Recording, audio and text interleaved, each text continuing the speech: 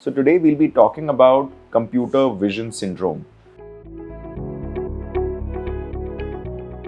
Hi, I'm Dr. Tushar Grover. I'm the medical director at Vision Eye Center and working as an associate consultant at Sir Gangaram Hospital. Now, this is something that's becoming increasingly common nowadays because of the excessive screen usage that we all have to go through. And this comprises of a group of conditions involving headaches, involving strain, pain in the eyes, involving dryness, and also issues such as back and neck pain. So when we are using the screen for prolonged periods of time, our eye muscles are constantly straining, and that leads to headaches, leads to eye pains.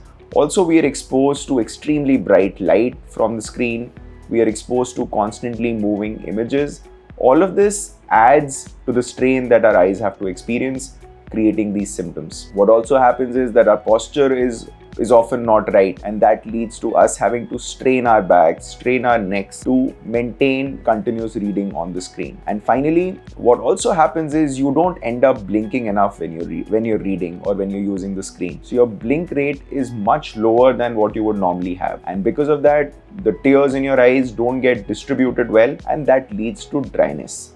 So all of these things together produce the symptoms that we see in computer vision syndrome. So individuals suffering from computer vision syndrome typically have a feeling of tiredness in the eyes. They have headaches, they have pain in the eyes and in the surrounding areas. There is also often neck pains, back pains, and all the symptoms of dryness along with that. You have this grittiness, foreign body sensation that develops in the eyes, and these symptoms are more towards the end of the day because you've been working on the screen the whole day, and then you start developing these symptoms and they worsen and deteriorate towards the end of the day. So to prevent the development of computer vision syndrome, and if you already have these symptoms, it's important to address them so that you can treat the condition before it deteriorates to a great extent. One of the most important things you can do is to take frequent breaks from screen use. So you might have heard of the 20-20-20 rule already, which means that every 20 minutes, take a 20-second break and look at 20 feet. So this might sound complicated, but all it means is that you have to take frequent short breaks. And in those breaks, you should be looking in the distance, because when you're looking in the distance, your eye muscles are relaxed. Whereas whenever you're doing any near work, your eye muscles are constantly straining.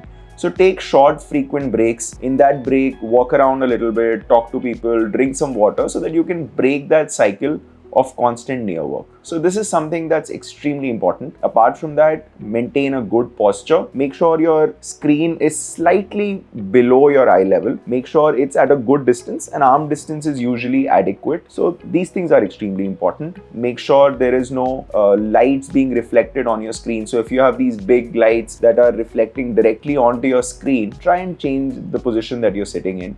If you have windows that are open where the sunlight is coming directly onto your screens, try and change that position as well, or close that window with curtains so that you don't have these reflections coming onto your eyes directly. Apart from that, make sure that the brightness of your screen is adequate. It should not be too bright, like not the shiny kinds where, which is difficult to look at. At the same time, it should not be too low as well. So maintain optimum brightness of your screen. Certain blue light filters, etc. also play an important role, but more important than that is to maintain these other environmental things, maintain your posture, maintain correct lighting in the room. So those things become even more important than any filters typically. Apart from that, your environmental habits, drink a lot of water, eat a balanced diet. All of these things are extremely important as well. And if in spite of all of this, your symptoms persist, do see your eye care practitioner and make sure that you can be treated. In case you have any refractive errors or any other eye problems, they can also worsen the symptoms of computer vision syndrome. So it's important to get checked. Make sure you get treated if you have any problems in the eyes so that your issues can be addressed. In spite of all of these measures, if you do continue to experience these symptoms or symptoms similar to these in computer vision syndrome, it's important to get checked and get your eyes thoroughly evaluated so that any underlying ocular conditions, any problems in the eyes can be detected at the earliest and treated as soon as possible.